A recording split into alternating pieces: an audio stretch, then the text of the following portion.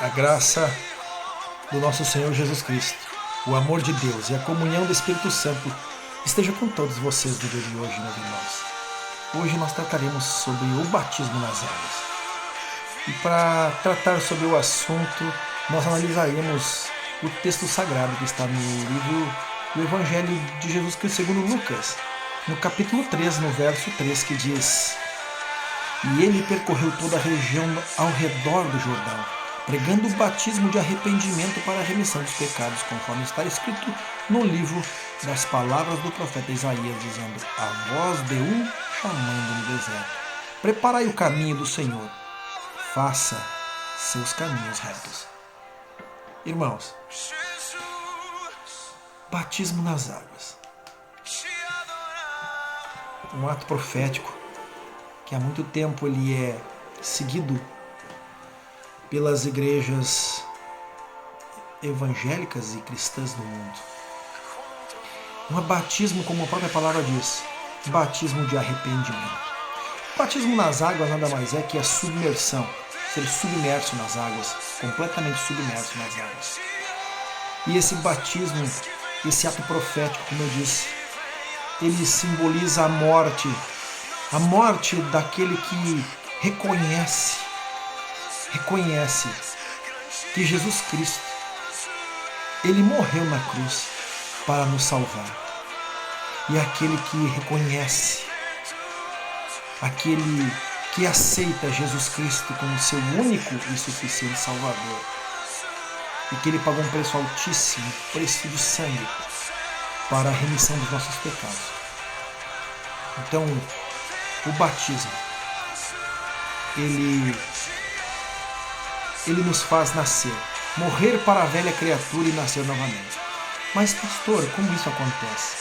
Eu digo para você, explico com muita simplicidade, assim como eu explico para os novos convertidos na igreja. Nós vivemos ao mesmo tempo em dois mundos: um mundo físico, que é esse mundo que é palpável, um mundo que nós enxergamos todas as coisas, tocamos, vivemos, e um mundo espiritual, aquele mundo invisível que nós não vemos, mas nós podemos sentir. E como eu sempre explico, imagine, eu sempre digo para o novo convertido, e eu explico para você, meu irmão, minha irmã que está vendo esse vídeo agora, imagine um veículo antigo. Eu sempre digo para eles, imagine um Fusca antigo, que está com os para-choques enferrujados, para-brisa quebrado, bancos rasgados, os pneus furados, todo velho, sujo, deteriorado pelo tempo, todo manchado, maculado. E ele desce as águas. Imagine uma mão pegando ele, largando ele nas águas. E quando ele volta lá do fundo da água, quando ele é completamente submerso e ele é trazido de volta, nesse momento ele retorna completamente novo, completamente lindo, pintura linda, para-choques lindos, cromados, os bancos impecáveis.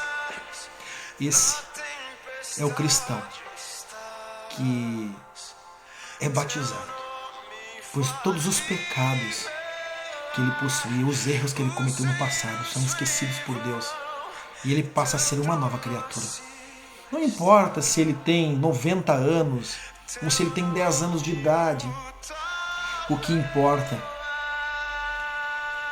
é que ele nasceu novamente em Cristo Jesus. Mas como nasceu, pastor? Eu não consigo compreender isso. Como eu disse, no mundo espiritual, ele nasceu de novo. Embora ele seja um idoso de 90 anos, lá ele nasceu, ele é uma criança, ele é um bebê. Então ele nasce novamente. Eu sempre digo que os céus ficam em festa quando uma pessoa, um ser humano, ele aceita o sacrifício da cruz. Ele reconhece que Jesus Cristo morreu por ele. E Jesus Cristo, quando você o reconhece, você aceita.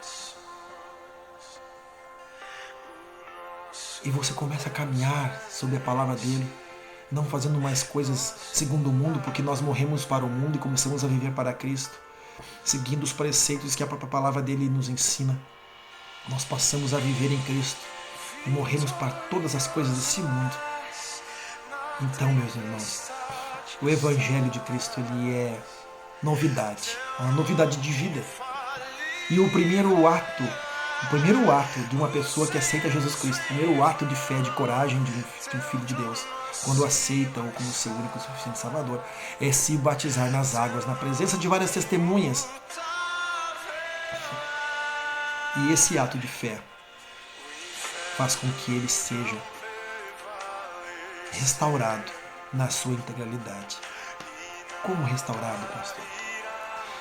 Quando Satanás engana Adão e Eva no Éden para roubá-los, porque foi isso que ele fez, ele enganou Adão e Eva e fez com que eles pecassem, desobedecendo a Deus, sendo rebeldes a Deus. Ele engana Adão e Eva e assume a posição